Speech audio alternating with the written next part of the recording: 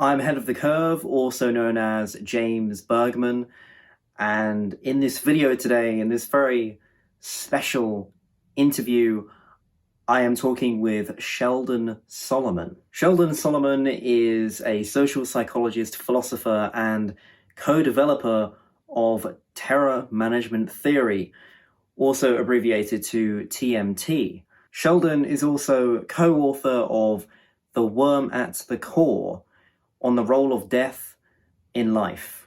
We talk about many things, but predominantly it's based upon terror management theory, which is essentially the concept that death influences most, if not everything that we do in our life. The questions I ask Sheldon are, as you can see, time-stamped on this video, so you can just go to wherever you might want to go to listen to any particular subject to do with the philosophy and psychology of death. I'm not going to lie, I was definitely a bit anxious about this one. Sheldon Solomon, I love The Denial of Death, which The Worm at the Core, his book, is basically the sequel of. And if you haven't read The Denial of Death or The Worm at the Core yet, please do. Maybe even before this video or after, it doesn't really matter. Both of those books are great. I would say definitely that The Worm at the Core, Solomon's book that he co-authored, is definitely a very succinct and evidential sequel to Ernest Becker's Denial of Death. So I hope that you enjoy this conversation that I had with Sheldon Solomon. If you have any thoughts on his theory, on death in general, or on the interview discussion, then please comment below and leave a like. It really helps the channel out. And also share any way you can, because Sheldon actually hasn't done that many interviews. So I would like this to be out there, and especially as I try to ask him a lot of questions that I didn't see him being asked before. So a lot of these I haven't seen him actually address, such as antinatalism, his thoughts on atheism and religion, I guess, as well as that, the counter arguments to his theory, terror management theory. So yeah, I try my best to make this discussion as original and unique as possible. But yeah, finally, I just want to thank Sheldon. It was an utter pleasure to talk to you. I hope we can chat again as well at some point. Anyway, with all of this out of the way, I really hope you enjoy the discussion. Sheldon Solomon, a pleasure to have you on. Thank you for featuring on the channel. Well, it's my pleasure. Thanks for having me. I wanted to just get straight into things and ask a question that you've probably heard many times, but for the sake of the audience, what is terror management theory? Sure. I mean, great place to start. And welcome to anybody who's joining us today. And thanks in advance for thinking about these ideas. Terror management theory is our effort. Jeff Greenberg, Tom Pazinski, and I, fellow graduate students in the last millennium, in the early 1980s, we bumped into books by, at the time, a recently deceased cultural anthropologist, Ernest Becker. And terror management theory is literally our effort to take Becker's ideas and to frame them in a way that would allow us to test them empirically, because we're experimental psychologists. So we're egghead researchers. And of course, that shifts the question to, well, what is it that Becker was saying? I'm going to try and make our sound a little better. Sure. How's that? Sorry about that. We got construction. I left my house because there's construction and the internet was going in and out. Now I'm in my office and it's no better. No, it's okay. All right. So back to Ernest Becker. He was, in our estimation, one of the most important thinkers of the last century. And he took an interdisciplinary approach to trying to understand the motivational underpinnings of human behavior. And, in a kind of proverbial nutshell, he just said, look, humans are like all other living things. We're biologically predisposed to want to stay alive. On the other hand, we're uniquely different. We've got a ginormous forebrain. We can think abstractly and symbolically. We can imagine stuff that doesn't even exist and then literally create it. And while that's magnificent, and literally, according to the philosopher Kierkegaard, it's like awesome to be so smart that we realize that we're here, right? But there's the downside that Kierkegaard noted, and that's if you're smart enough to know that you're here, you're similarly sufficiently cognizant to recognize that, like all living things, your life is of finite duration and that you're going to die someday. Moreover, as like the Tolstoys of the world remind us, not only are you going to die someday, you can die at any time for reasons you can't anticipate or control. And Becker's point is that, the uniquely human awareness of death, compounded by the realization that we're all perpetually vulnerable to be summarily obliterated at any time, that gives rise to potentially debilitating existential terror. And Becker's view is that humans quite ingeniously manage that terror, and that's where our name terror management comes from, by embracing what he called cultural worldviews, humanly constructed beliefs about reality that we share with other folks in our group, that he argued minimizes death anxiety by giving us a sense that life has meaning and that we have value. And that when you do believe that you're a valuable person in a meaningful universe, according to Becker, that's self-esteem. And so from Becker's view and from a terror management perspective, the fact that you're smart enough to know that you're here gives rise to just potentially debilitating anxiety. And so by virtue of being aware that you're going to die, and so to stand up in the morning, we need to perceive that we're valuable individuals in a meaningful universe. Therefore, and I'll shut up in a second, according to terror management theory, our primary motivation, whether we're aware of it or not, mostly we're not aware of it, in any given waking moment, is to maintain confidence in the veracity of our beliefs and faith that we're living up to culturally constructed standards, and hence have self-esteem, which renders us eligible for immortality, be it literal or symbolic. And then finally, when we are threatened, when existential anxieties are aroused, that automatically instigates a host of compensatory responses to bolster faith in our worldview and in our own self-worth. Right, so that's what I would say is basically the proverbial elevator talk describing terror management theory. I think you did an excellent job, and a lot of the I guess components of the terror management theory we're going to get into, Sure, I hope such as so. self-esteem, and things like that.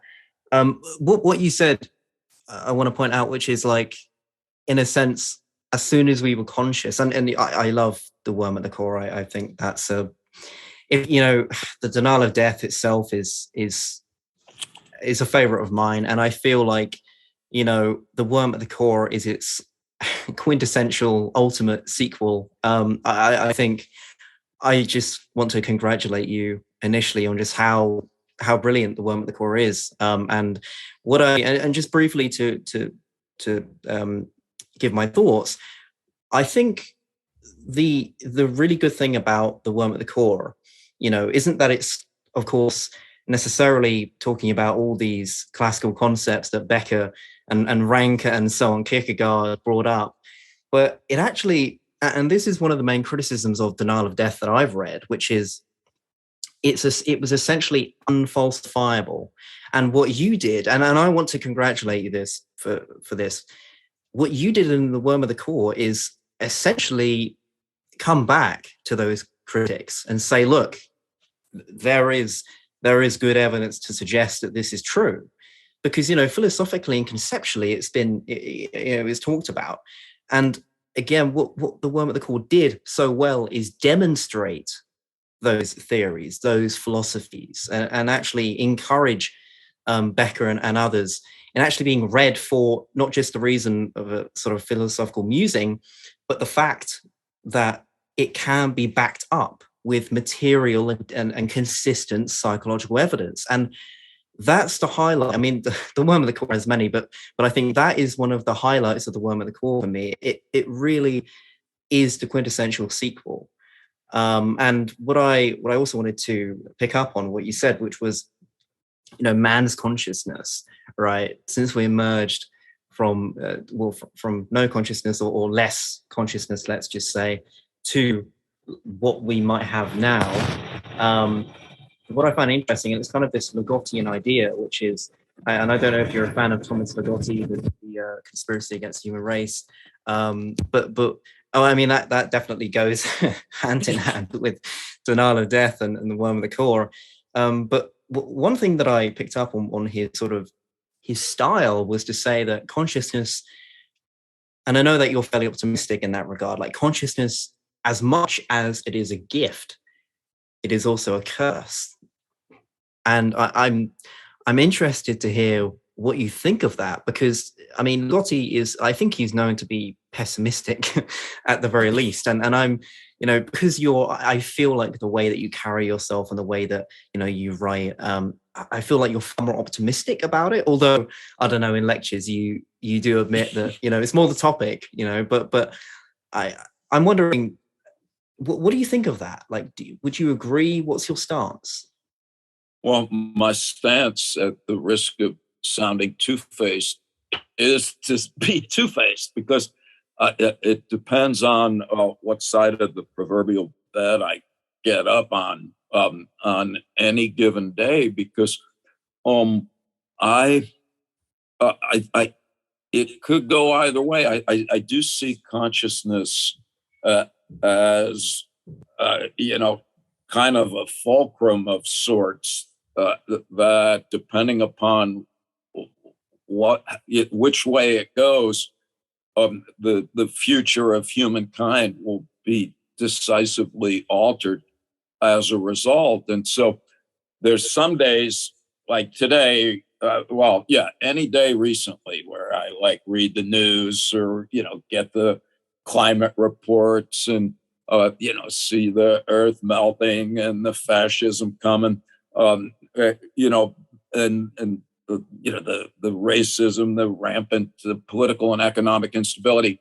On these kind of days, I'm with Nietzsche, who in The Gay Science said consciousness is the most calamitous stupidity by which we shall someday perish. Not exactly a great testament to the virtues of consciousness. Right, then there's other days where I'm like, I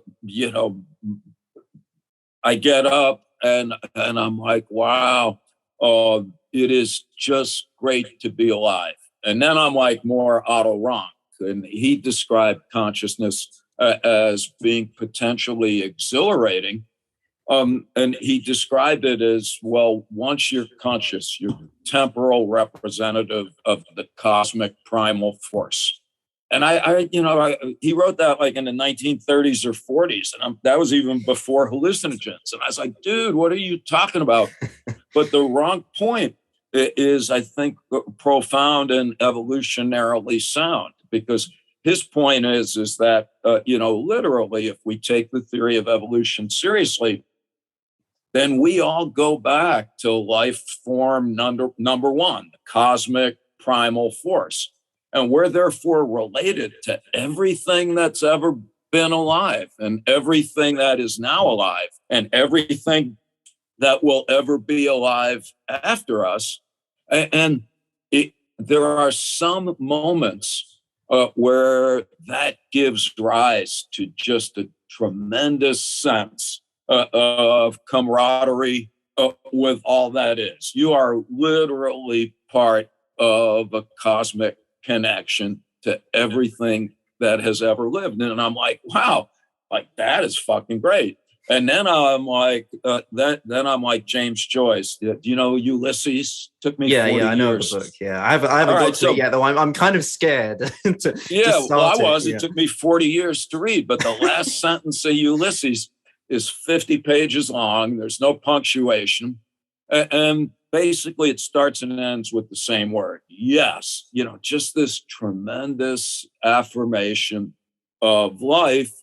And so I'm kind of with the Kierkegaards and the Heideggers of the world who just point out that consciousness is indeed a blessing as well as a curse. And Kierkegaard pointed out that it gives rise to anxiety that we either flee from in abject terror. Heidegger called it a flight from death. But Kierkegaard also talked about the sympathetic aspects of anxiety engendered by our consciousness. And I think it's quite wonderful the way Heidegger talks about it. Not that I'm expert in any of these matters. It took me 40 years to read Being and Time.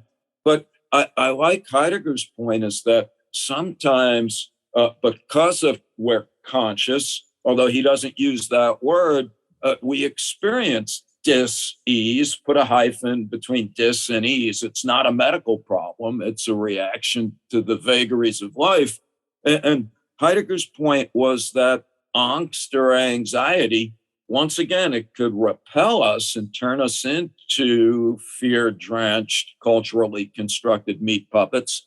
But it can also be ourself summoning ourselves to shed the tons of psychological debris that we've been buried under for most of our lives in order to emerge from the psychological rubble with a better sense of who we would like to be.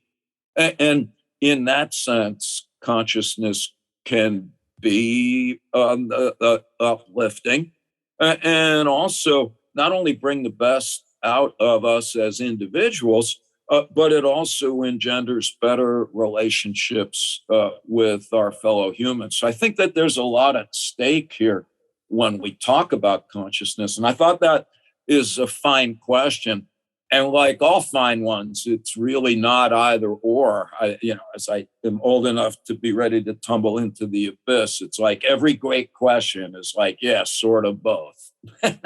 Yeah, no, I mean, I was reading Robert Sapolsky's Behave, I think yesterday, and at the beginning of Awesome. that book, yeah, I'm really excited to get through it. And at the beginning, he's like, basically, it's in few cases are there black and white answers to things. Yes. And especially in psychology, philosophy, yeah. even religion. I think. And I think that was really what set the tone for me, like the intellectual tone. Like, okay, well, this guy, I've known him before, but I was like, this guy clearly understands that there's more to the picture than just this one way to view something. And I completely agree. I think it's a really complex question for sure. I would agree that obviously it depends on who you ask and on what context we mean things, but there's one indisputable fact, which is clearly for some people it is very much a gift, and clearly for many people it is very much not. I was wondering if you could go into maybe one or two experiments that you did. That I know that you talked about some of the first, I think, well, actually throughout, but in the first chapter of The Worm at the Core, and I was. Could you talk about maybe one poignant, profound experiment, maybe that really sort of like, okay, well, this is clearly a theory that needs to be taken seriously. Was there one that really stood out to you? Well, yeah, there's a few, and that's a great question. And to be a little repetitive, but I hope this is okay. I appreciate the way that you framed your appreciation for The Worm for many reasons, but primarily because that was our goal when you declared it a sequel to The Denial of Death. Well, you made my day because that's one of my favorite books. And I don't want to claim that status so much as to propose that what we were trying to do 40 years later. He won a Pulitzer Prize for that book and yet couldn't get a job because his ideas had trouble getting a job. His ideas were dismissed as highly speculative, philosophical, psychoanalytic nonsense. Or some folks said, no, it's not that it's nonsense, but as you put it more technically and epistemologically precise, it is interesting philosophy that is nevertheless not scientific because it cannot be framed in a manner that would enable it to be falsified. And, this was the condemnation of Freud, because Freud would say something and you'd either agree with him, in which case he was right, or you would disagree. And then he'd say, well, that's because you're repressing. So am I right or am I right? Yeah. All right, so back to Becker. We thought Becker's ideas were great, but the first paper that we wrote about it was just trying to get other psychologists to read his books. It was rejected with a really pithy one-line review. A reviewer said, I have no doubt that these ideas are of no interest whatsoever to any psychologist, alive or dead. In other words, psychologists in the 1980s thought that these ideas were also silly, but for the same reason. Some would say, well, I'm not afraid of death. Well, some people, we would talk about Becker and they'd be like, dude, you're right. And we'd be like, oh, that's great. And other people would be like, well, that's bullshit. I don't think about death all the time. And we'd be like, well, that's perfect. You don't think about death all the time because you're comfortably ensconced in your cultural worldview from which you derive a sense of meaning and value, and therefore you're relaxed. So am I right or am I right? Which again was taking the same stance as Freud did. So anyway, our paper got rejected for years. And finally, the editor of one of the journals, the American Psychologist, he just said, look, you guys are experimental psychologists. And no one will take these ideas seriously in the 20th century, let alone the 21st, unless you can produce some evidence in the traditional scientific sense of the word to corroborate these claims. Right? And so two things. One is that my original reaction was to resist that. I am an experimental psychologist. I do take empirical studies quite seriously, but I chafe at an intellectual fascism that says there's only one way to apprehend the universe or one method by which to approximate truth. So I've always been a little impatient sometimes with folks who dismiss Becker outright without even being acquainted with the ideas themselves. Yeah. Be that as it may, though, there's a ton of folks, and this is where, again, getting back to thanking you for your praise of the worm, I love it when every once in a while we get a message from somebody saying, I read Becker 40 years ago and I found it interesting, but I never really believed it, or I couldn't see how you can test it. And what you guys have done is to unambiguously demonstrate that concerns about death have a pervasive influence on human affairs. All right, so back to experiments. The first experiment that we did, in some ways, it was the simplest, but also the most profound, because we're like, okay, we want to show that our beliefs about reality somehow help us manage the terror that's engendered by the awareness of death. And what we thought very simply was, all right, let's get some people and remind them that they're going to die. And let's compare them to another group that we don't remind them they're going to die, a control group in psychobabble. And so our thought was, if you remind somebody they're going to die, that should make them cling more tenaciously to their culturally constructed beliefs. And we should be able to determine that by measuring their reactions to other people who either share their beliefs or behave in accordance with their standards, or it should magnify their hostility and disdain for people who have different beliefs or who violate cherished cultural values. All right, so first study we did was with a small sample of municipal court judges in Tucson, Arizona. And we randomly reminded half of them that they were going to die by having them fill out just a little questionnaire where they wrote down their thoughts and feelings about themselves dying. And then we had them pass judgment on a court case. And the most common municipal court case in Tucson at the time was solicitation of prostitution. And so the judge would set a monetary bond, how much the alleged prostitute would have to pay to stay out of jail until the trial. And so it was very simple. Think about death or not, and how much should this defendant have to pay to stay out of jail for violating the law?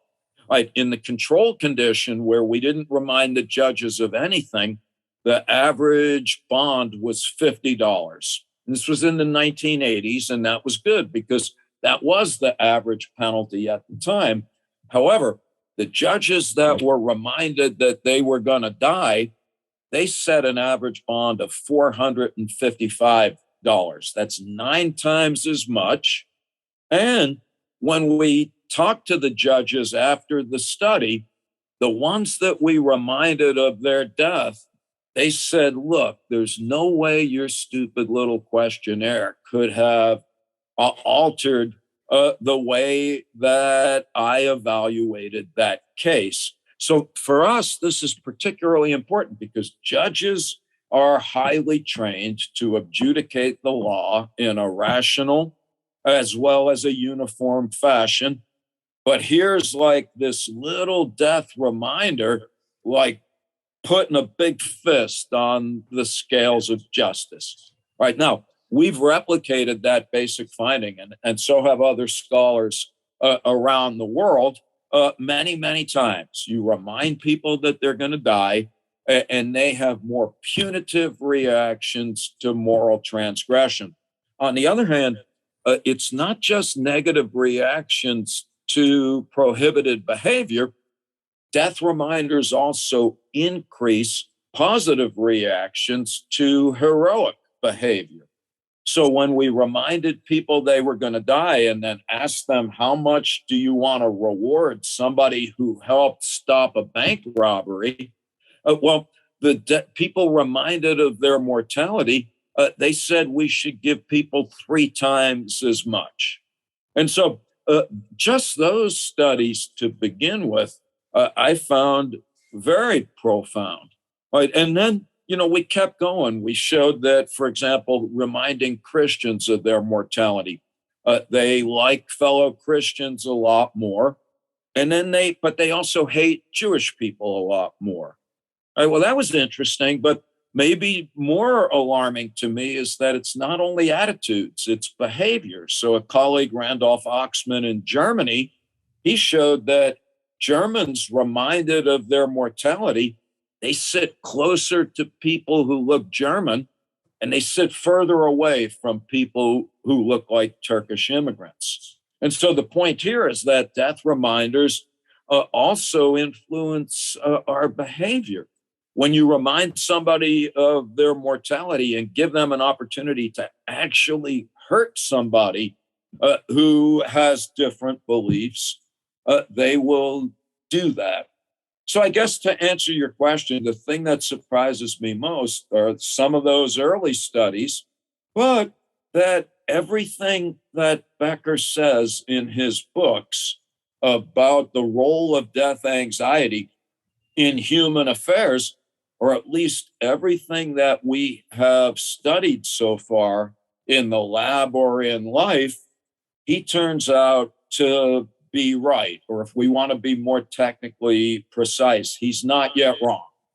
So when death is on our mind, it influences what you eat, how you dress, who you like, who you hate, who you vote for. Literally, it influences just everything.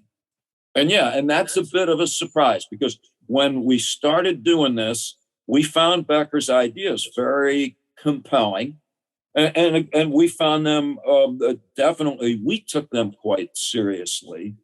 But it would never have occurred to us that so far, point by point, Becker will say something in one of his books, and then a student or one of us over the last 40 years will be like, how could that possibly be true? Yet it appears to be. Yeah,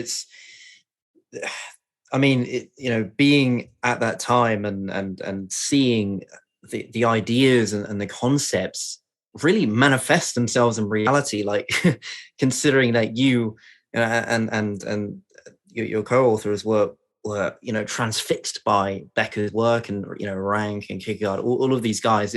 I can't imagine how surreal that would have been to seriously see this thing that you've had.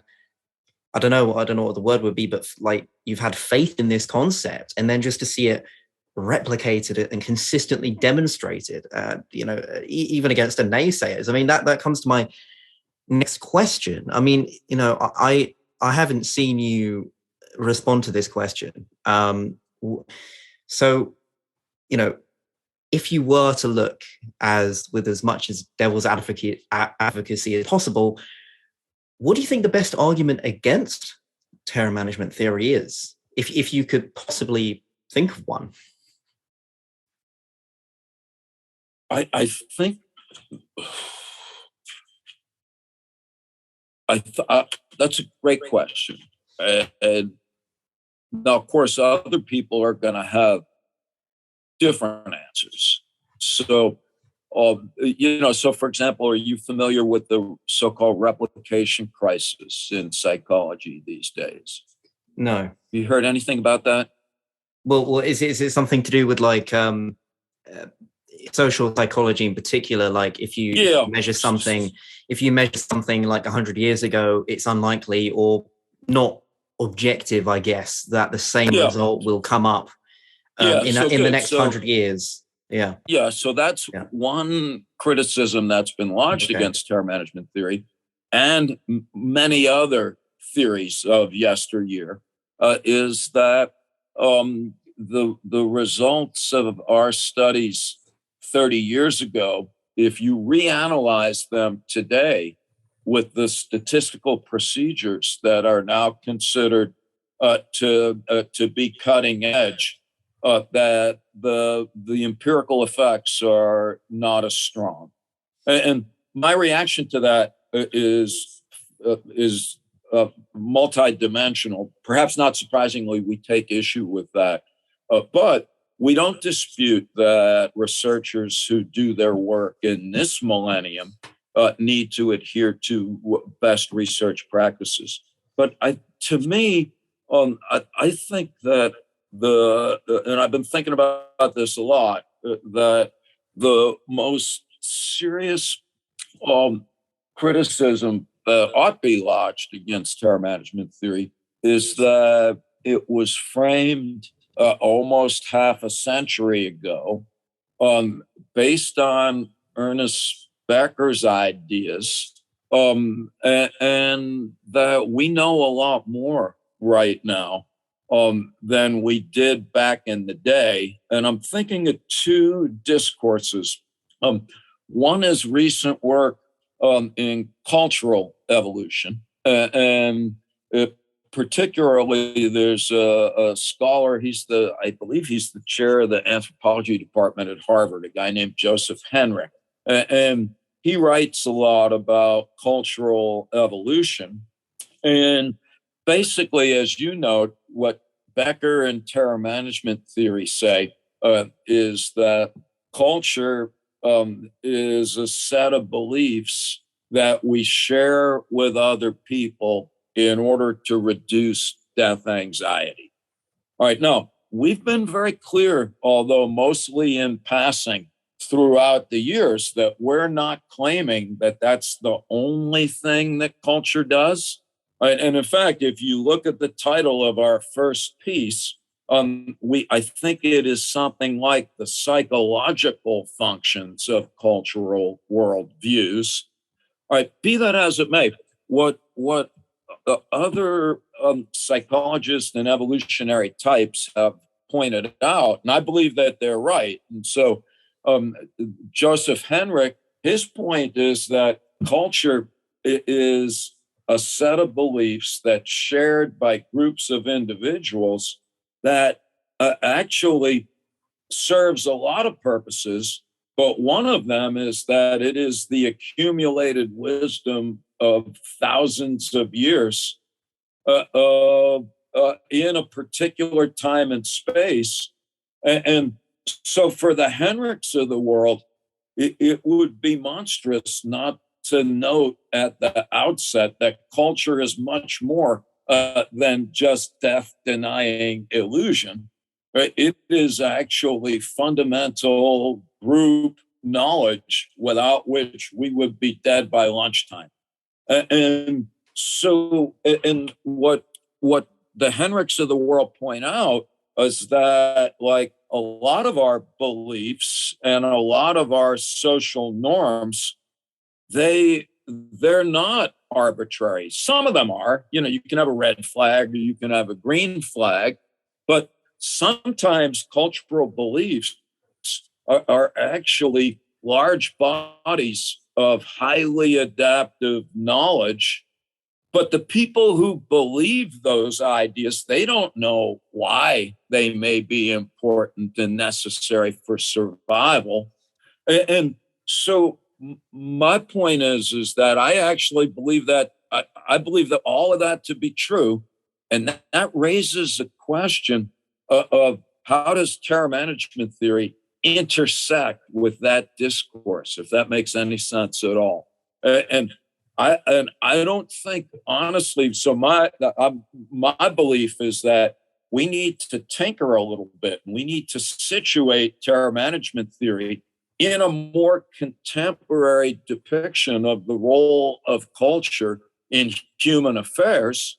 And I haven't really thought this out too well yet, because that's what I'm hoping to do before I keel over. I'd like to write one more paper with Jeff and Tom, I hope, where we say, okay, where does terror management theory stand now, almost 50 years later?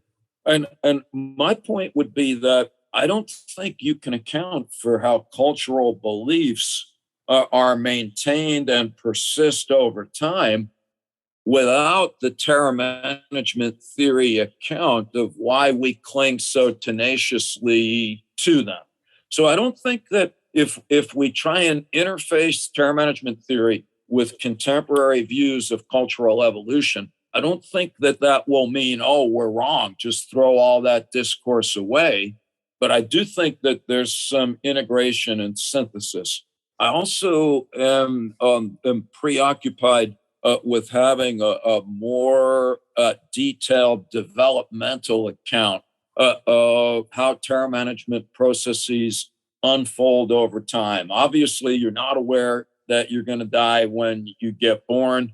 You are aware by whatever, anywhere from 2 years of age to 8 years of age. And there's a developmental psychologist, a guy named Michael Tomasello, who wrote a book called Becoming Human, where he lays out his account of cognitive development over time. And he points out that he thinks that you can't understand human cognitive development without starting with primate attachment. And the minute I saw that, I was like, oh, crap. That means, and terror management theory, as you know, developmentally, attachment is the foundation for the psychosocial security that a culture and self-esteem ultimately provide. So that would be my other point, is that needs to be attended to. And so I know that's a long-winded response, but when you say, well, what are the two most compelling challenges? That would be what I would say, is that I think that terror management theorists need to really just revisit what we're claiming in light of where the developmental and the evolutionary accounts are that currently prevail, which is just my way of saying is it needs to be updated in light of the 21st century. Yeah, I mean, there's a lot there, but I suppose I want to pick up on the fact that I do genuinely feel that you did address that in the Worm of the Core. Like it's not like you didn't point out, but I think if I'm going to be constructive on the book, the thing that I would say about it was I would have enjoyed a chapter, for the naysayers, just for the naysayers, like who are skimming through it, trying to find holes because they'll find them if they look. And what I would have liked, just because I love the idea of devil's advocacy, I would have loved a chapter, and this is maybe something that you could include in your future work, but I would just love a succinct response to the naysayers, like the empiricists who is ironic because what I find is that they make a claim, but actually criticizing something, but actually they embody and manifest other things on that same standard of evidence, which I find very hypocritical. And I'm totally with you with the idea that you said earlier that truth isn't necessarily, and I mean this would be a what is it, a metaphor? This would be a metaphysical claim to say that knowledge is only restricted to empiricism. I mean, to me it feels absurd because we take for granted so many capacities every single day and every single second that to even claim that is dubious to me. And so in a future work of yours, I would really love for you guys to address this this unfalsifiability claim and like this whole empiricism and just this question in general, because I think that it would really sort of be quite clear and concise to those who are making that claim. Because apart from that is the only thing that I was thinking when I was reading it. I was like, I totally agree with this, but at the same time, I would have just loved a section just saying, okay, well, what if we're wrong? Like, what's the probability that this is incorrect, or what are the future implications of this? And that would be really, really great if you'd ever contribute that. I love that. In fact, I don't know where our editor of the Worm at the Core is these days, but I wish that he were on the line with us because I'd have you testify on our behalf. I agree with that, and we actually. And we had a lot of help writing the book, which we were 5 years late and wrote 3 times and had some very animated exchanges with the editor and the folks at the publishing house. And they were basically about precisely that. That we kept wanting to be a little bit more thorough in addressing and rebutting criticisms of the theory. Back to Nietzsche, he's like, oh, okay, everyone says that it takes great courage to defend your beliefs. But he's like, no, that's easy. Everybody loves their beliefs. What takes real courage is to have the audacity to turn around and to seriously reflect on how you might be wrong. And our point has always been, even if nobody likes to be criticized necessarily, but in our more scholarly papers, we point out that that you're being taken seriously as a scientist sometimes when a smart person takes the time to condemn you. So that's, for us, when people say, well, when did you guys start to feel like terror management theory was being taken seriously?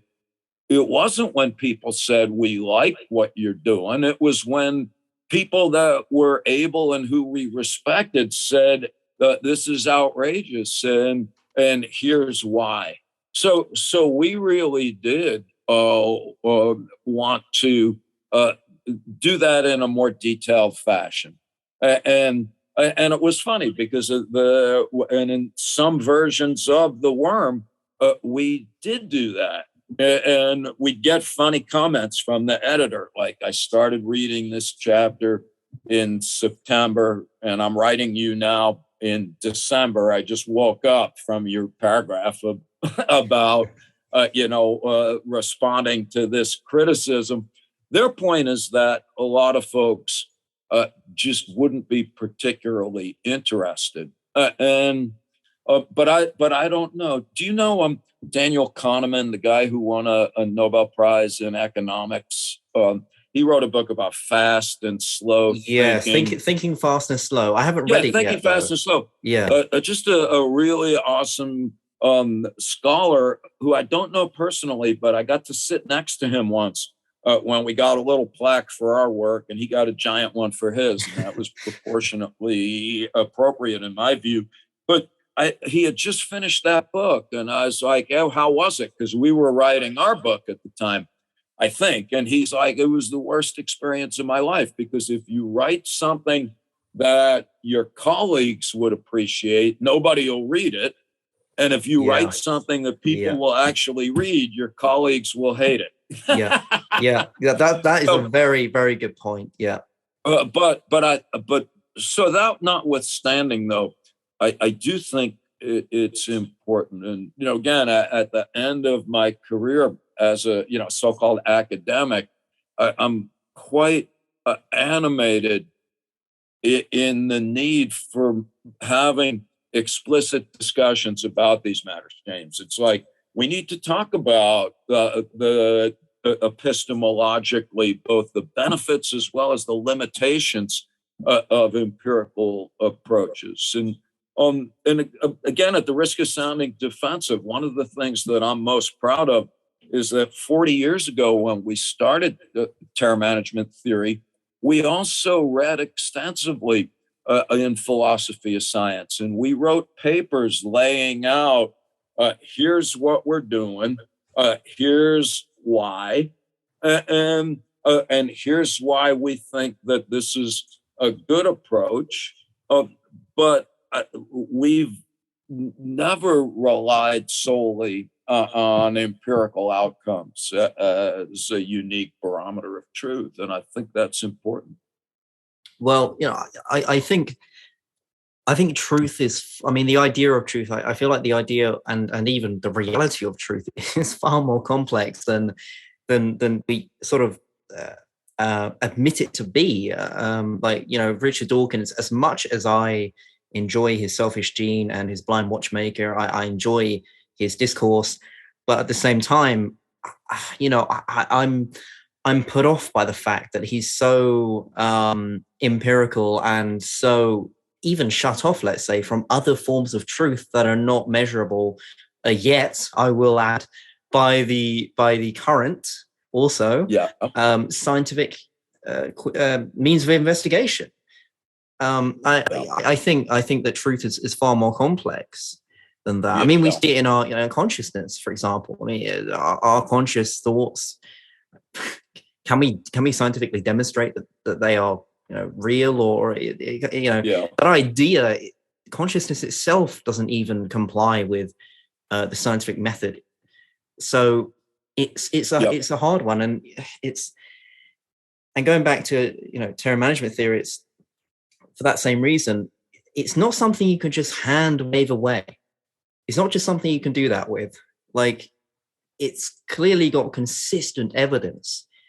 And albeit, yes, that evidence is in social psychology, and of course, social psychology is subject to change, and that's fair enough. But the only thing that matters is how consistently does that same result come up again and again throughout the ages. It doesn't have to come up with the exact same numbers like it would in physics, which is, again, it's a disanalogy, I feel. That's correct. When these sort of hard materialists and so on, well, expecting everything to be the same standard of physics in terms of knowledge, like, this is the distance between the moon and the earth. Give us that for terror management theory. It's like, sorry, no, I don't agree with that. That is majorly wrong as far as I'm concerned. And Yeah. I want to, unless you have anything to add to that, but I wanted to also ask, because I was thinking, and I think you wrote about it, or you three wrote about it, but I wanted to ask you, can you explain the subconscious versus conscious mind and how they differ in their conceptualizations of death? What are the differences between the conscious mind and the subconscious mind, and how are they different, and how are they also very similar or the same? Yeah, this is a fine question. And perhaps I would submit one of the few genuinely original contributions of terror management theory to scientific discourse, and a great example of the interplay between theory and research. In that, Freud postulated that unconscious and conscious were like two distinct and qualitatively different systems, where and that's of course what Kahneman is saying with his fast and slow thinking. There's no shortage of dualistic psychological theories that say that you can have concerns both consciously and unconscious, where there are qualitatively different processes that are simultaneously operative. Well, okay, so that's just a general statement.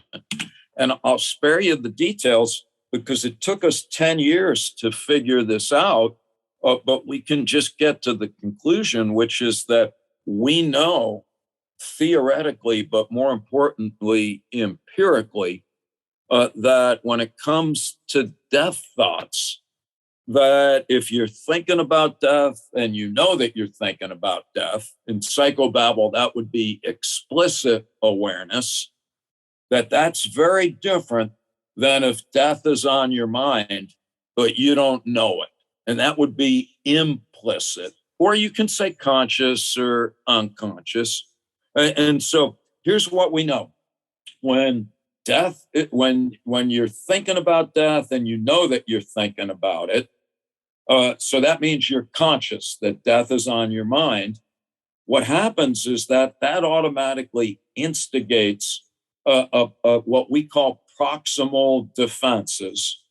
And that are like superficially rational efforts to just push thoughts of death out of mind. In other words, the goal of proximal defenses is just to get that shit out of your consciousness.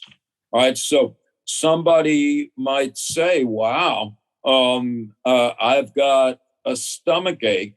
That could be a bad sign. Well, you might say, well, I'm going to go to the doctor and check it out. Or somebody might say to you, well, you're going to die someday. And you might be like, yeah, but I'm young. That's going to be 3 or 4 decades in the future. And so basically, those are kind of rational responses. I've got a stomach ache and maybe a tumor, so let me go to the doctor. Or, yeah, I'm going to die, but really it's so far away that it need not bother me at the moment.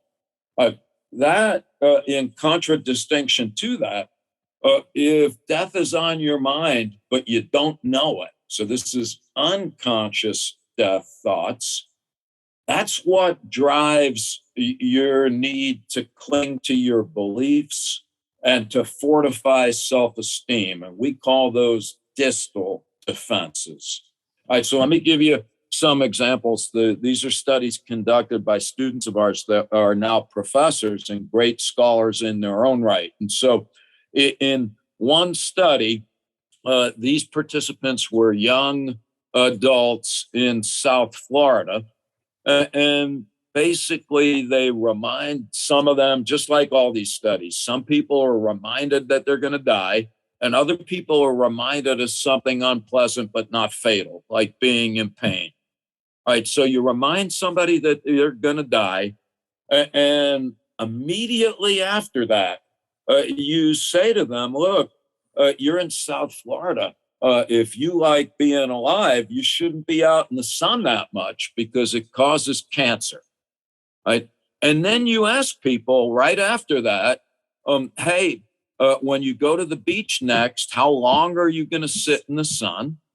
And or if you use sunscreen, how potent is it going to be? All right. So when you do that, you remind somebody they're going to die. And right after that, you tell them about cancer in the sun. Well, not surprisingly, people that are reminded of their own death, they say, I'm going to sit in the sun less and I'm going to use more sunscreen. Does that make sense? Yeah. Yeah. Okay, so that's a proximal defense. That should make sense. But if you wait 5 minutes, you remind somebody that they're going to die, and you wait 5 minutes, and while you're waiting, you have them read something to just distract them so that death thoughts are presumably no longer in conscious awareness. Right? And then you tell them the same thing about staying out of the sun in order to avoid cancer. Right? But now what happens is 5 minutes later, if you remind somebody that they're going to die, and if their self-esteem is based on their appearance, remember in Florida, tan is beautiful. Well, people who are reminded of death say they're going to be in the sun longer and they're going to use less sunscreen.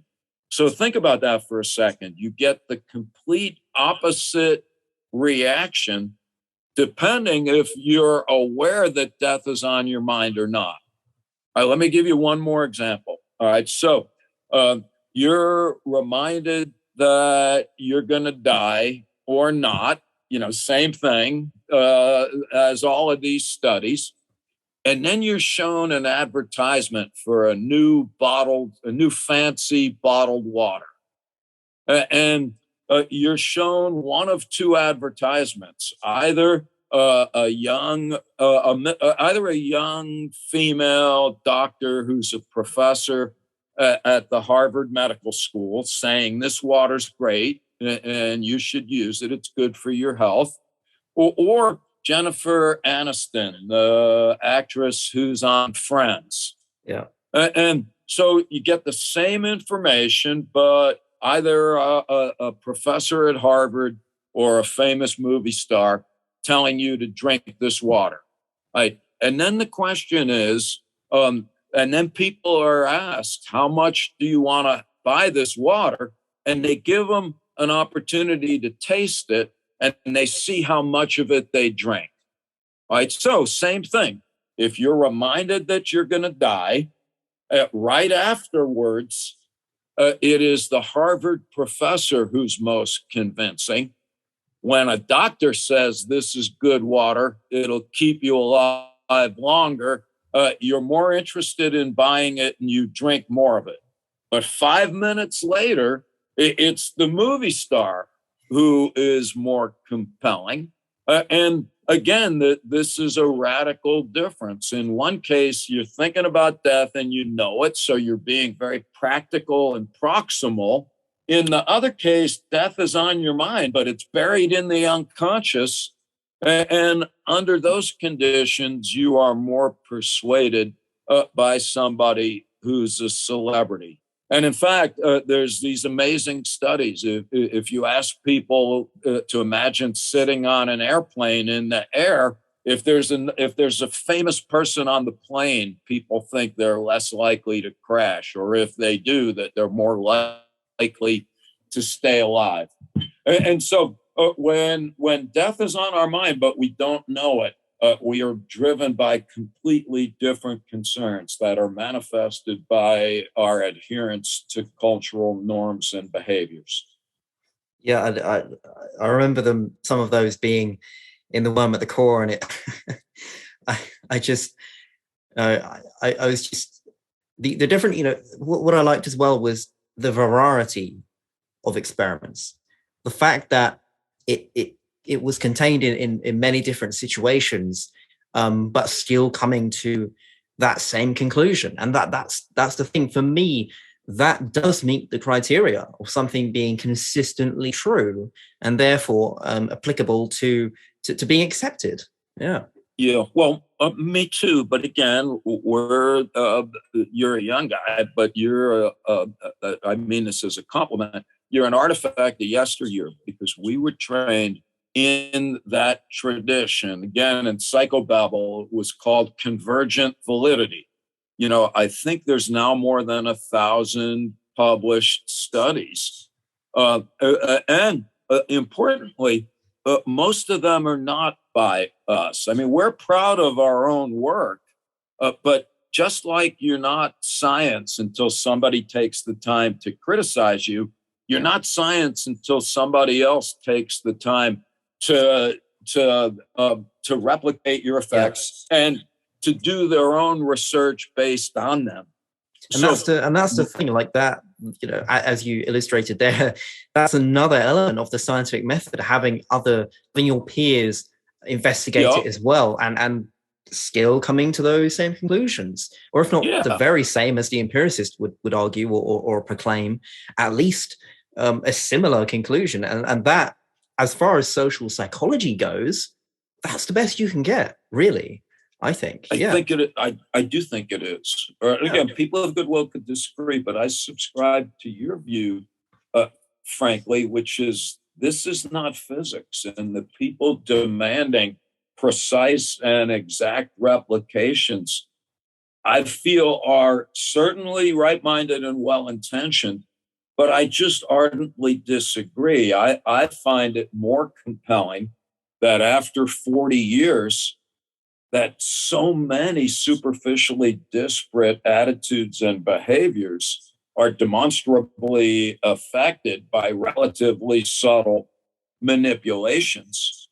And some of them, by the way, just so the folks that are listening but are not familiar with our work, some of the more exciting ones are in sort of different paradigms. So we don't always work in the lab. We sometimes stop people outside, either in front of a funeral parlor or 100 meters to either side. And we find that if you talk to somebody in front of a funeral parlor, that they report different attitudes and engage in different behaviors. And that's certainly subtle. And then, I tell people, come to my office, you can read something on the screen, and we'll flash the word death for 48 milliseconds or so fast that you don't even see anything. And that creates immediate effects of a distal nature. And so my point when I'm sometimes being annoying is, well, wait a minute. I flashed the word death so fast that you don't even know that you've seen anything. And you sit closer to somebody who looks like you, or you vote for a charismatic populist politician that you wouldn't otherwise. I'm like, you explain how you would account for that finding without, for the moment, assuming that concerns about death are uniquely responsible for that phenomenon. Now, again, we could be wrong, but I don't think that we're wrong yet. So when I'm most annoyingly provocative, I'm like, only the intellectually dormant or willfully ignorant will deny that there's a pretty robust body of evidence that all converges on the idea that death matters. And by the way, we've never said it's the only thing that matters, but where we get pedantic and borderline hysterical is when we say, look, what we're saying and what Becker is saying is that any effort to understand human behavior that does not account for the role of death awareness and death denial will be just radically unsuccessful. So we see these ideas as necessary, but by no means sufficient. And what we may have when we were young and even more annoying than we are today, we may have overstated the case, when we're like, okay, Becker's all about death anxiety. And even our advisor in graduate school from yesteryear, he's like, dudes, don't, surely there is more to human affairs than just managing death anxiety. Yes. And we're like, yeah, of course. But it is glaring how little of psychological discourse is devoted to the role of death in life. And that's where we think that Becker's contributions are central, and that our empirical work in corroboration of them, I think is at this point a rather necessary adjunct in the 21st century, where psychology is defined in terms of empirical discourse. So I like the idea because it's flattering when you mention the two books in the same sentence, but they almost need to be now, going on a century later. I hope Becker's work will continue to be interesting and engaging. And I hope also more and more that anyone who encounters it for the first time can also learn that if they are interested in empirical assessment of the ideas, that the worm is a pretty good account, at least where we were 5 years ago. Thank you. Yeah, as always, very well explained and oversight of the or observation of the question, for sure. I want to ask you, in your opinion, is there any way to avoid death anxiety without appealing to consoling psychological ideologies such as religion or consumerism, etc.? Have you found a consistent answer for this in your work? No, but we haven't looked. And so I think that's a high dollar question, and one that I think requires attention and is beginning to receive it.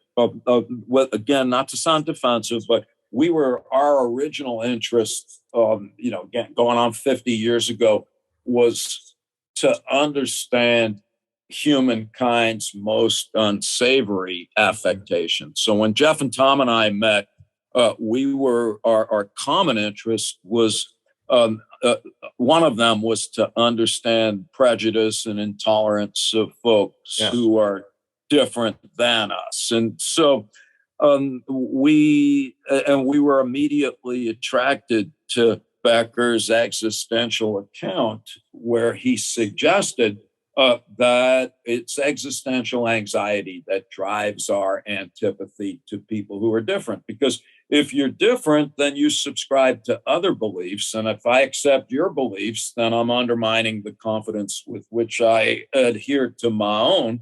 And so Becker is like that. So the natural reaction when we run into people who are different is to denigrate them, to dehumanize them, to try to get them to dispose of their ideas and accept ours instead. Or if that doesn't work, just to kill them. And that was literally what and so a lot of our early work, in fact, no, for 30 years or so, we're like, look, what our work suggests is that malignant manifestations of death anxiety, turn us into like hateful, warmongering, narcissistic serial killers plundering the planet, in an alcohol and Facebook, Twitter stupor. And very often people would say, well, yeah, all right, you've made me miserable, but besides, going to the back of the grocery store and drinking Woolite in the dumpster, what can we do about it?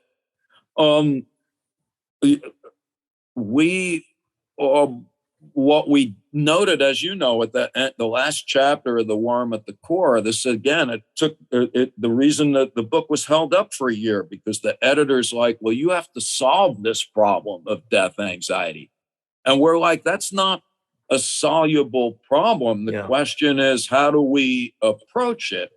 And our point was, following Becker, is you're never going to get rid of death anxiety. It's not possible, nor is it even desirable. And you're not going to get rid of death, even if you could live forever. That wouldn't completely eliminate death anxiety. And then we're like, all right, well, that's what the religions and philosophers of the world have been doing since day one. So the Epic of Gilgamesh, upon which the Judeo-Christian tradition is based, is about not dying. Socrates says to philosophize is to learn how to die. And so there's been no shortage of attention to how to go about managing death anxiety. But to date, most of it has been, as you've suggested, James, it's been political ideology or religious fundamentalism. All right, now, recently, there's been an intersection of terror management theory with what's called positive psychology on this end of the pond. And what some scholars have started to look at are awe, humility, and gratitude as ways to effectively manage death anxiety that do not have either advertent or inadvertent personal or social consequences. And so a student of Rollo May's, a famous existential therapist, a gentleman named Kirk Schneider, who's my age, writes extensively about awe. And the argument, and this goes back to the guy Emil Durkheim, who studied the origin of religion, it's obvious that part of religion is to help us deny death. It's equally obvious, though, that we don't just subscribe to religion because we deny death. We also love life. And Durkheim pointed out that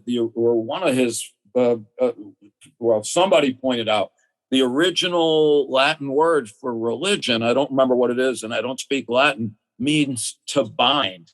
And it has nothing to do with being immortal, has nothing to do with gods. Durkheim just called it collective effervescence, the tremendously awesome and uplifting feeling that you get when you're in a social situation where you are momentarily engaged intellectually, emotionally, and intuitively with your fellow humans. For me, it would be like a Grateful Dead concert of yesteryear, where you're just undulating in time and momentarily de-individuated in the best sense of the word, because you are at that particular moment happily conjoined with your fellow humans. In other words, drumming and dancing may have been the first initial burst of collective effervescence that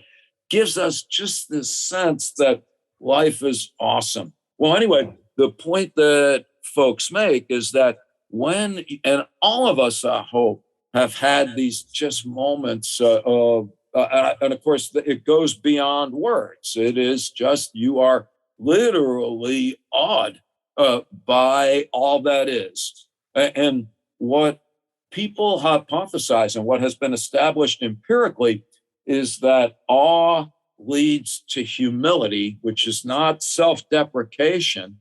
It's just the realization that you are relatively inconsequential from a cosmic perspective.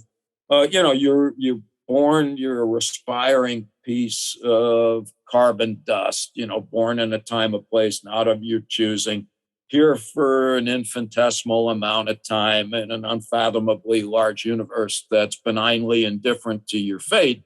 Right now, that may seem devastating, But back to Otto Rank, if you see yourself as just a node that is intimately connected with this ginormous and ongoing cosmic enterprise, well, then that kind of humility is actually existentially fortifying.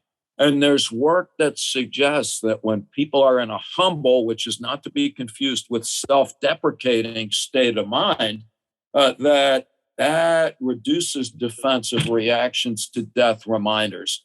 And then finally, humility leads to gratitude. And my point is that, all the world's great religions emphasize the virtues of gratitude.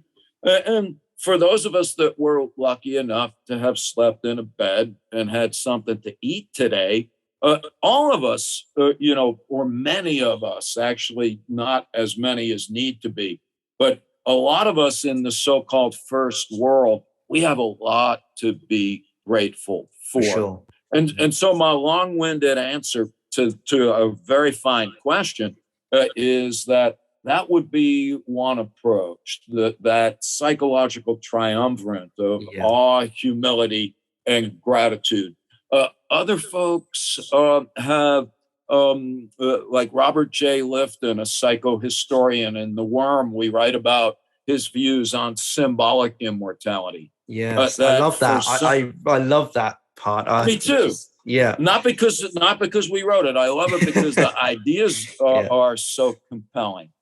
And so you've got Lifton pointing out that we can be absorbed by our affection for nature, and that we can also broaden the scope of our attachment to and affection for other life forms and other entities. And so you have some folks saying, all right, next step is to acknowledge our commonality with all of our fellow humans.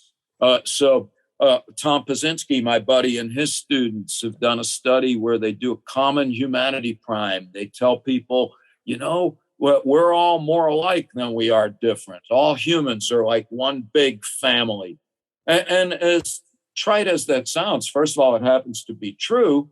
But when you remind people that we're all one big tribe, and then you remind them of death, they don't hate people that are different because you just reminded them that we all have something in common. Well, other folks say, let's keep going. If we acknowledge our connection to all humans, how about all life? And now we're starting to get spiritual / mystical, but it's certainly not of recent vintage. And so since day one, have been cultural world views, including Native American ones that we're aware of over here, that emphasize the existential value of affection for all that lives. And we can even take that further. Martin Heidegger, in his later work, argued on behalf of the existential status of all things, that if we really want to adopt an ethical stance, and so you got Emmanuel Levinas, a philosopher, talking to us about how we as humans have obligations to fellow humans. Well, Heidegger says things have standing in their own right, be they rivers or rocks or poems. And then there's an Italian philosopher, Silvia Benso, who wrote a book called The Face of Things, where she juxtaposes Heidegger with Levinas. And she says if we're to avoid future genocidal and ecological disasters, then we need the most broad and ecumenical ethical stance that's possible. And that's to have the same respectful regard for everything as we do for everyone. And while that is a rather extreme and radical position, I'm finding it increasingly something worthy of serious cogitation, because it does it just reframes the way that we look at the world and think of ourselves in it. And by the way, Benso's ideas square very nicely her notion of how it is that we should approach life. Would embrace the notions of awe and humility and gratitude. She calls it festivity, and I find her ideas very compelling.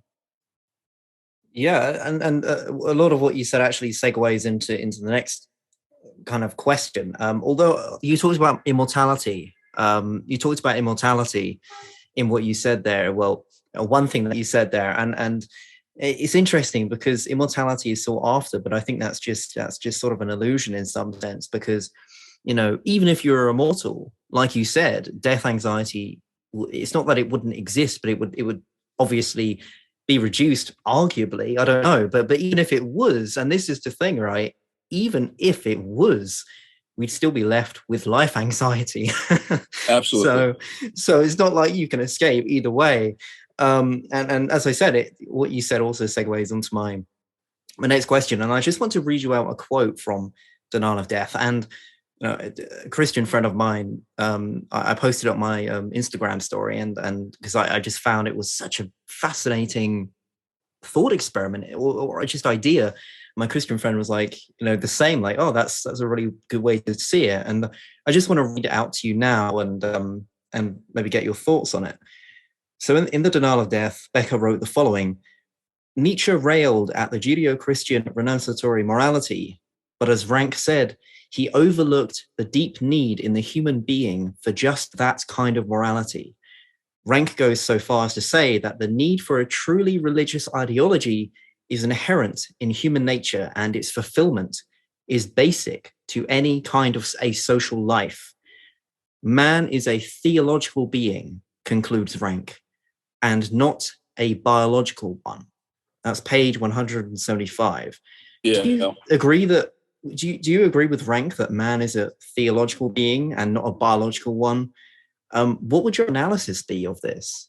Yeah, so awesome, James. That's a great point. So Darwin would certainly agree, which is interesting. In Darwin's autobiography, he wrote something along the lines of, humankind is no more likely to cast off its need for gods than monkeys are to cast off their fear of snakes. And the point is that primates are biologically prepared to, they're afraid of snakes if they've never seen one before. So here's Darwin already recognizing the fundamentally religious nature of human affairs. Now, we got to note, though, that, that if we define religion broadly, and what I mean by that, again, I'm using a little bit of psychobabble, but basically what some folks talk about is that religion has a vertical dimension as well as a horizontal dimension. There's your connection to some supernatural elements, and then there's the horizontal connection, which is the way that you conduct your affairs with your fellow human beings. And remembering that the original connotation of religion is this idea of to bind, right? We are uber social creatures who require a common understanding of the world around us. And I don't see that ever going away. And Becker's point is that every worldview makes absolute claims about the nature of reality that are ultimately unfalsifiable. So that raises the question of why we continue to subscribe to any worldview. And Becker's point is the F word, because we have faith. Well, the minute you use that, you are in the domain of religion. And so that's one dimension, is the horizontal one. And then on the vertical front, and this is ultimately an epistemological matter, but whether it's like some Heisenberg uncertainty principle or a half-witted extrapolation of the Gödel incompleteness theorem, I don't pretend to understand either one. But the point is that no matter, there will always be a discrepancy between our current understanding of reality and our ultimate ambitions with regard to what we hope to understand. And in order to fill that epistemological void will always require some kind of supernatural account. And so Rollo May says the same thing in his book, The Cry for Myth. He's like, times come and go, stuff changes, but what's never gonna change is the ultimate yearning for communion and collaboration and cooperation with each other as uber social creatures, and some grasp of the ineffable, that which at any moment transcends our current rational understandings. And to the extent that we'll never understand everything, there will always be some impetus for relying on supernatural forces, be they God or luck or yoga, who knows? So do you see value, unlike bringing back Dawkins again, because he has got this very militant view of things? To me, it feels like you differ from him in the sense that, like, you would permit religious, I don't want to say ideology, but the religious perspective. I feel like you, from what you say and what you've written, it feels like you're open basically to religion, in the sense that it isn't some negative, overly negative thing, and it isn't this. I don't know what Dawkins would say, this poison, or what Hitchens would say, religion poisons everything. It feels to me that you might, and I want your thoughts on this. It feels like you might be open to the idea that whilst you, and I don't think you're Christian. I don't believe you are, but it feels like you're open to the idea of religion being around and helping people, even though you might not subscribe to it. What do you think about that whole thing, like militant atheism? I mean, I don't know if it's atheism is so much your area of interest, but I'd be interested to hear what you think of it. Yeah, I'm looking up a book title that I wanted. Okay, so important questions. I'm with Darwin and Ronk and Becker. Religion's not going away. Now, Becker was a big fan of the Protestant theologian, what's his face? Paul Tillich. So here's Paul Tillich, a Protestant theologian, saying, look, there's nothing more potentially important and consequential than religion. It gives, in Tillich's terms, it gives life some real depth. But then he said, but every religion ultimately gets hijacked by what today we would call fundamentalists, people who mistake allegorical illusion for literal truth. Right. And those are the ones who are willing to kill you if you don't share their beliefs. So even within religion, Karen Armstrong, who is a former nun. Yes, I like her. I like her. Yeah. I like her a lot. Yeah. And her book, History of God, says the same thing. She's like, look, let's be ecumenical. And this is where I take issue if that's Sam Harris in the background, his books. I take respectful issue with the end of faith, because Karen Armstrong points out that every religion, if you look at it historically, has some good days and bad days. Yeah. And there's always a lunatic fringe that, if left to their own devices, will make great headway in reducing the earth to a smoldering heap. And so I think that there is a constructive role for religion.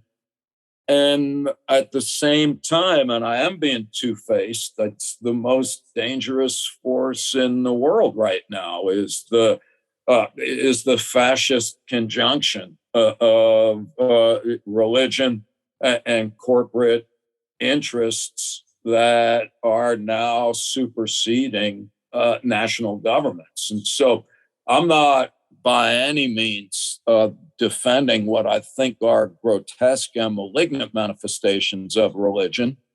And yet, what I tell a lot of my liberal and progressive friends is I'd much rather be talking to the current Pope than most of you. He's got a PhD in chemistry. If you haven't read his recent encyclicals that are much more in the spirit of the things that we write about and care about, then I think it's quite unfortunate. And so, that's my current view, is that let's not throw the proverbial baby out with the bathwater. Oh, and then just back to Dawkins and Hitchens. I have great affection for Dawkins before he turned into a Nazi intellectually, in my opinion. I teach The Selfish Gene. I still feel like it's one of the classic books of the last century, even though if you read footnotes in the revised versions, in fact, I love that book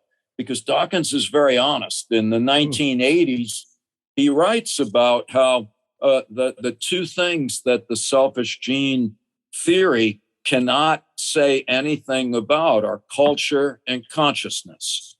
And I'm like, well, all right, dude. So you're just admitting that you have nothing to say about that which renders us uniquely human.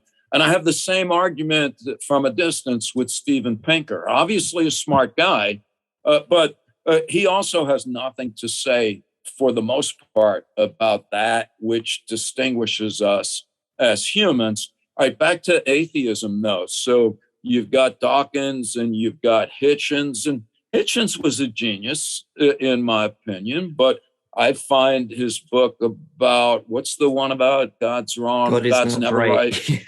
Yeah, but again, he's wrong, and so is Dawkins, because they adopt an arrogantly homocentric position that everyone on earth is deluded except them. In other words, you've got religious people, and Hitchens even said, I used to be deluded, but then I was enlightened, and now I see things as they are.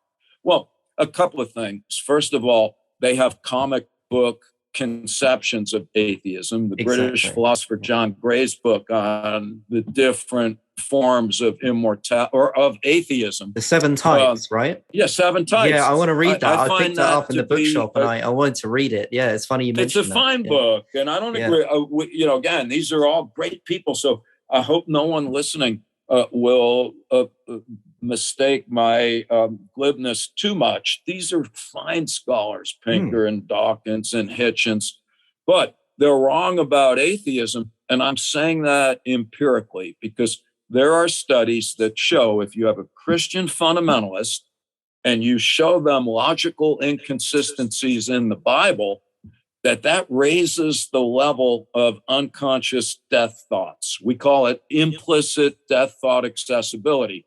In other words, you have these fundamentalists, they believe in the literal truth in the Bible. If you challenge that truth, then death thoughts come more readily to mind. Right? Does that make sense? Yes. But then these other guys in Canada, they did a study where they showed atheists articles written by a supposed Harvard archaeologist suggesting that Jesus may have actually existed. Right? Well, an atheist shown that increases their level of death thought accessibility. And so think about that for a moment. If you were just, if you are a rational individual, there'd be no reason why being exposed to factual information that happens to be at odds with your opinion, that shouldn't produce the same terror management function as a fundamentalist finding out that the Bible is bullshit. And so my point is that let's understand each other. Atheism is also a worldview. It happens to be a rather shallow and superficial one that has no discernible benefits to the individual who possesses it or to the people in the world that surround them. And I say that as an atheist. But back to John Gray, there's lots of flavors of atheism. Yes. And not all of them require that you be a pompous and arrogant individual who proclaims yourself superior by virtue of your opinions about things. So, again, I don't mind being annoying, but that's my view, is that, those folks, they're smart people. They're right to recognize when religion brings out the worst in us, but that's only half the story. And I think we need to respectfully engage with the other half. Yeah, I mean, me and you are pretty much in the same boat in that regard. Like, I typically call myself an agnostic atheist. Just in the sense that, like, I and like you said yourself, atheism has such a bad rep because of this new atheism movement and I'm the same as you as well. Like, I love Hitchens's lectures and his debates. I find them so entertaining. I love his rhetoric. I love him. And Dawkins, the Suffrage Gene, brilliant. Blind Watchmaker, love that as well. And but I think this is the difference, right? And this is where, I respect you highly, is because you're able to understand that whilst they went a bit too far in the religious category, you still remember and you still acknowledge that just that doesn't mean that their other work or everything that they said was incorrect. And I think a lot of people have this black and white view of the subject, and I really commend you, and I admire that really highly in you, that you really are, and in the book as well, very capable of understanding that. Same with TMT, like, like the counter argument would be like, oh, so everything is about death then. It's like, that isn't what you're saying, but right. Yeah, kind of. That's right. But yeah, kind of. So is there anything you wanted to add to what I just said? I've got another question for you. No, go. This is great. I'm eager to get your thoughts on, and I haven't found anywhere that you've talked about the subjects. Maybe you're just not as interested in it, but what are your thoughts on antinatalism? Because there are some strings attached to death and antinatalism, obviously. Is it something that you thought about in your work, or what are your thoughts on antinatalism? All right. So in its radical incarnation, that's just the idea that we should stop having. Yeah. So just ethically, Benatar's. Have you read Better to Have Never Been by Benatar? Yeah. It's a pretty dry piece, but I really, obviously it's a seminal book. So it is. It's really important. But yeah, it's basically just the ethical concept that it's immoral and informs some negligence by bringing new life into the world. Yeah.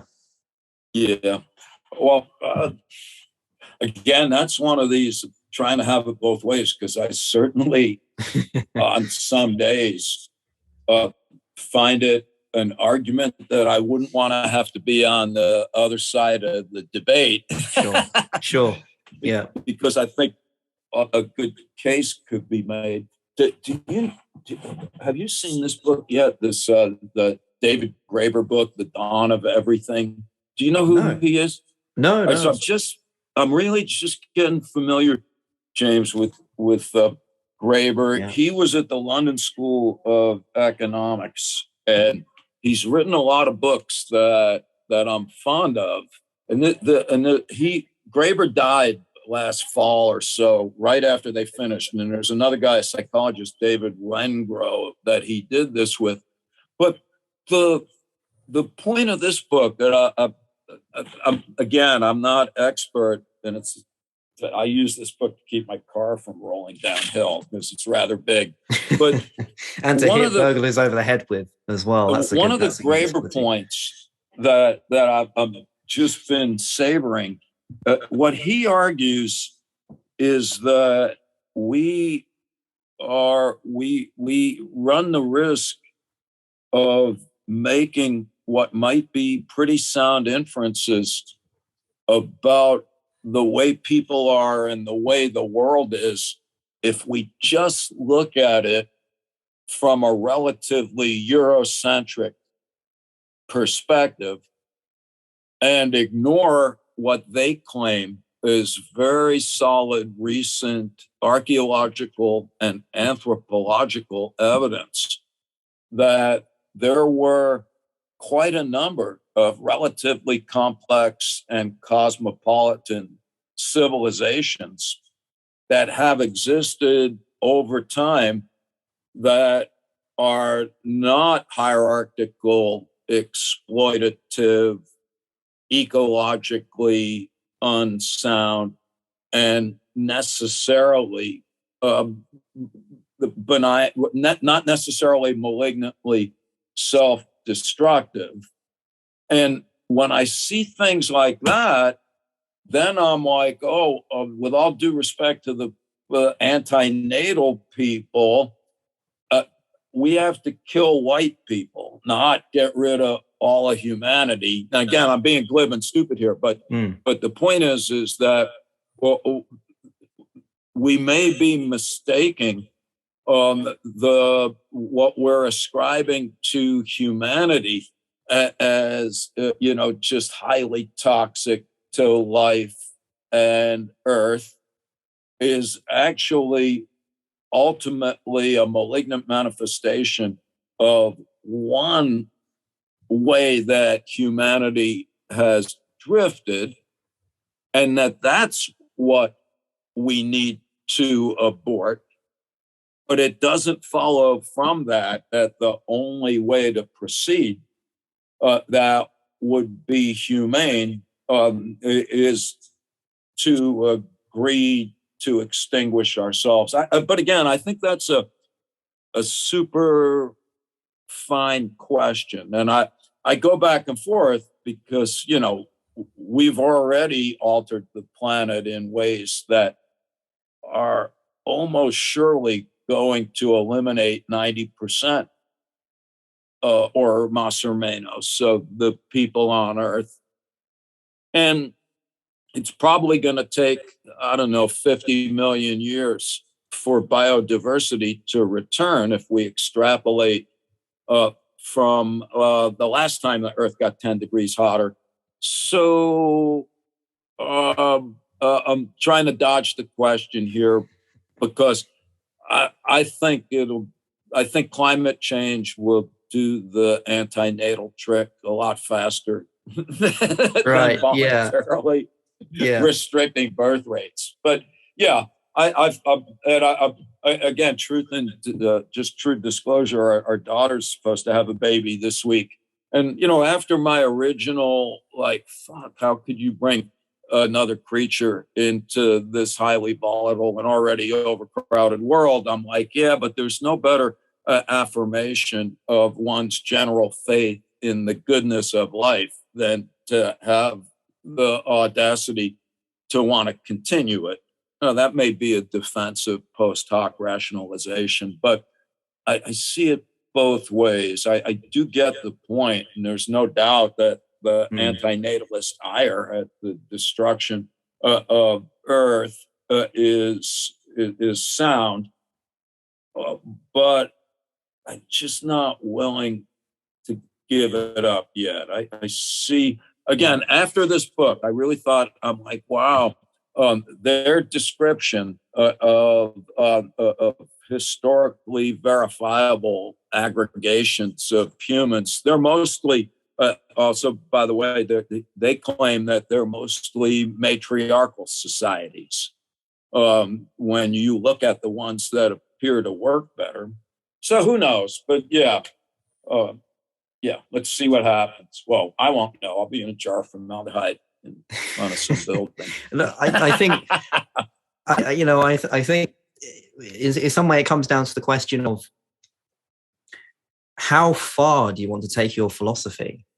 Because antinatalism is one of those things that there are other philosophies which you can embody, like vegetarianism, veganism, and you can practically do those things, and the consequences aren't as dire or not as controversial, let's say, as antinatalism. Because if you act out, if you really embody antinatalism, that's a serious decision.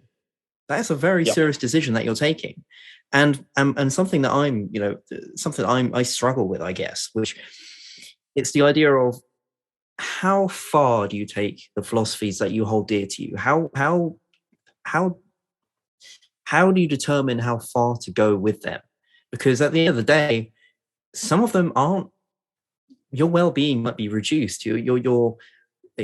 How far do you go in your convictions, in your philosophical and rational convictions? Yeah, and I find that to be an extremely difficult question to answer. I don't know if you, I don't know if you have any thoughts constructing upon that, but I just think that's a really hard one. Yeah, no, my thought is to just applaud the profundity of the question and to urge all of us to seriously consider it. I think about this almost every day now. It's like I'd like to think I'm a decent person who's somewhat cognizant of what's happening around me. But if I really was, then what I would have to say is I'm not going to fly on airplanes anymore. I've already had my share of that. I have no right to jump in my automobile and drive 5 kilometers because I want to buy a lemon. In other words, what? Even just thinking about my own behavior and how to square it with my professed beliefs. Yeah, good point. So my thing is, I can't remember where I read this, but an Indian. One of these, a guy named Krishnamurti. Yes, I really like him. Freedom from I like him a lot. He's like, everyone wants to change the world, but nobody wants to change themselves. I'm like, why don't you start by looking in the mirror and then come back and talk to me? Yeah, no, Krishnamurti, I need to read more from him. I think I've only read his Freedom from the Known, but his lectures on YouTube are fantastic. They're awesome. As well. That's right. So final question. What would your advice be to those who experience death anxiety, but perhaps reject religion or New Age spiritualism?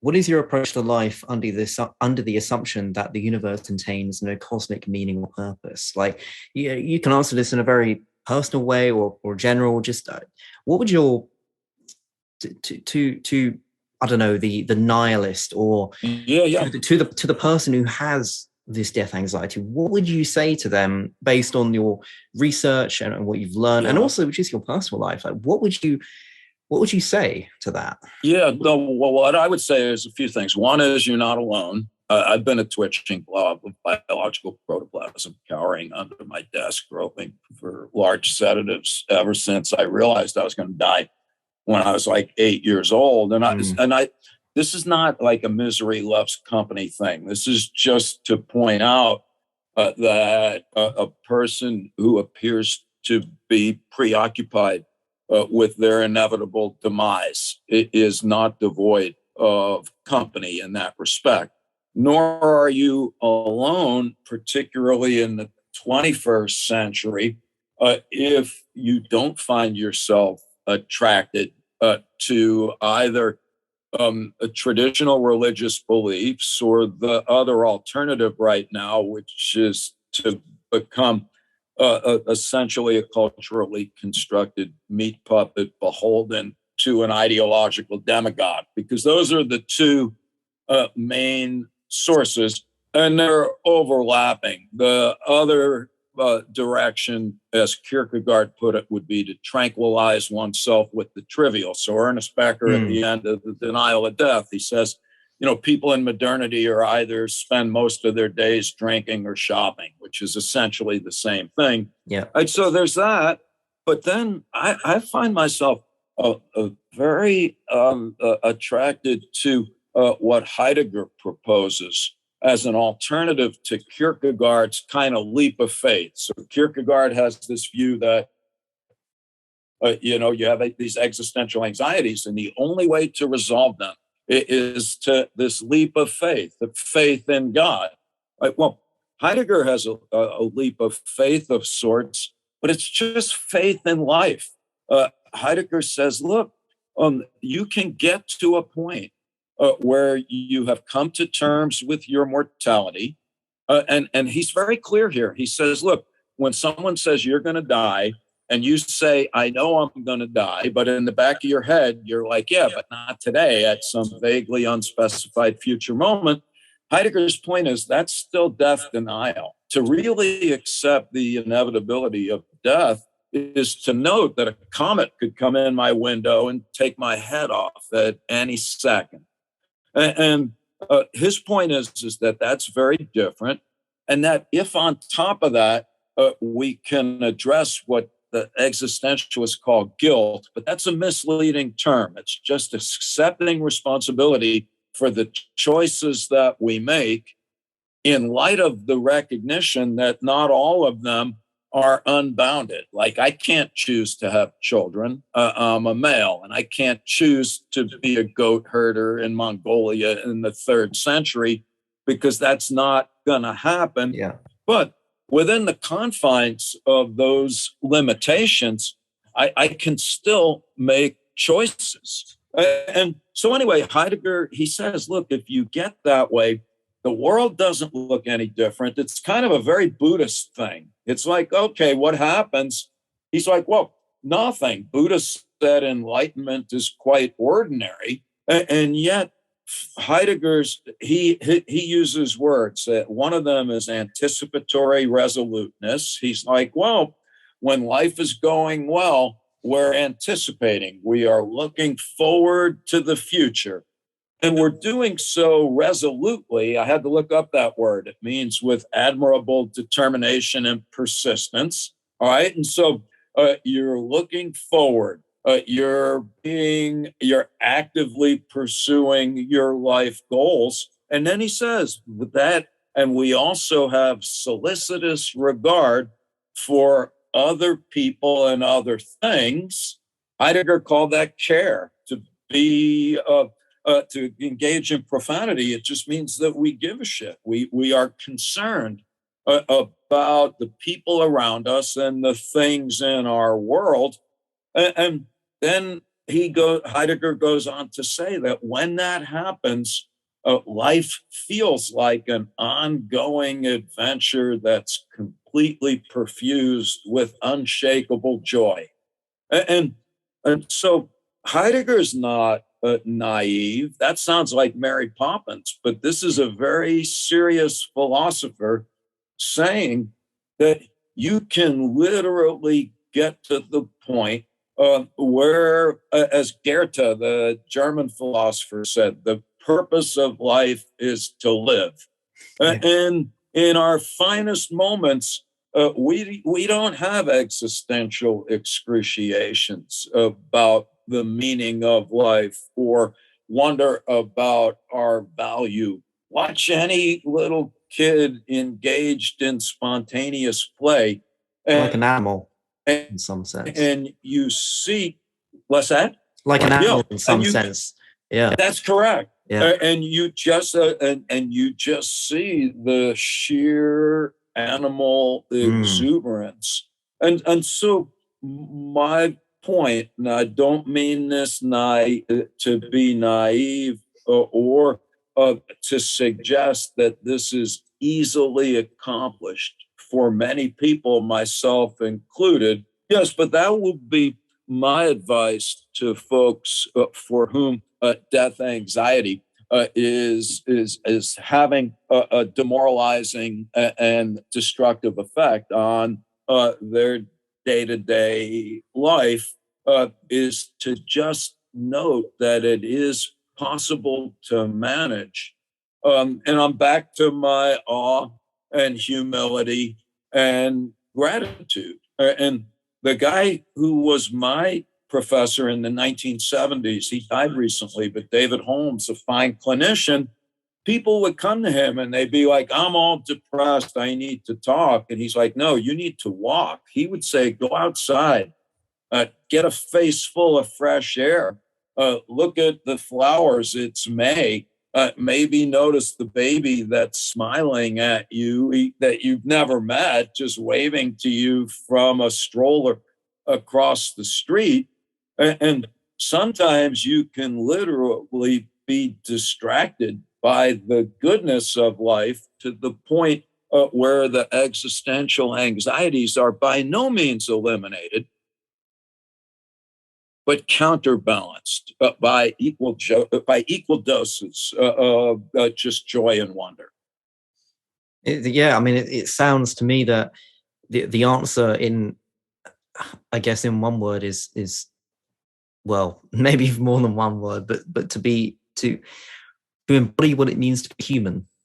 Yeah, that's correct. And Nietzsche says about this, about asceticism in on the genealogy of morals, about how modernism is losing our animalistic side, and because of that, we're losing out on our acumen being balanced, because the chimp paradox is basically a more simplistic version of what Nietzsche is saying. It's a really interesting book, but in that it says, look, there are two sides to you: the chimp and the man, or the human. And what's so important to realize is that if you negate one, good luck, because and another part of this, death anxiety and so on, is because a lot of people say, look, oh well, I'm going to die, and that's that, and whatever. But to me, that's just an that's intellectualizing it. That's a cop out. That's a cop out. That's right. And it demonstrates to me that person hasn't seriously considered the idea. But yeah, I mean, intellectualizing and asceticism, Nietzsche's ideas, this all comes together. I mean, you've mentioned Nietzsche many times, especially in The Worm at the Core, of course. I'm always astounded by the man, personally. Yeah. Anyway, Sheldon, thank you so much for being on my channel and for having a conversation with me. I don't know if a word could even describe my excitement and my satisfaction of having talked to you. The Worm at the Core of the Denial of Death. It just means a lot to me that the Worm at the Core exists, and that you contributed to Ernest Becker's work, and that you're passionate about the subject, and that you really are the Worm at the Core is such an important work. I just can't stress that enough, and it's important to me, not only just in general, but to me. Thank you, Sheldon. It's been my pleasure, and talk anytime. Thanks. Have a good one. You too. See ya.